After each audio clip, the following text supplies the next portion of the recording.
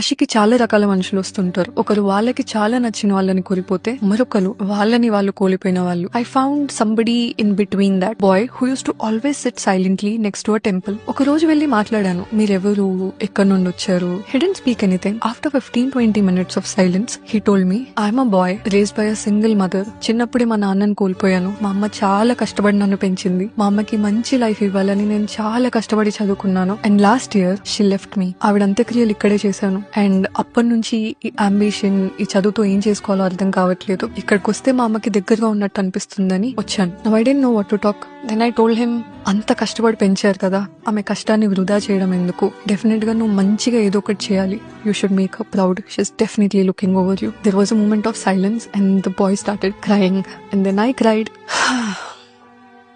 అన్నాడు, మా అమ్మే మిమ్మల్ని పంపించింది కావచ్చు, లేకపోతే మీరే మా అమ్మ కావచ్చు, డెఫినెట్ గా ఏదైనా బాగా చేస్తాను. That is when I understood. దేవుడు ఎక్కడో ఉండడు, మనలోనే ఉంటాడు. కొన్నిసార్లు మనకి వేరే వాళ్ళలో దేవుడు కనిపిస్తే, కొందరికి మనలో దేవుడు కనిపిస్తాడు. But all that we have to do is to be kind. I understood how powerful that is. And this moment is very close to my heart. ఎవరు ఏ బాధని మోస్తున్నారో మనకి తెలియదు. So let's be kind.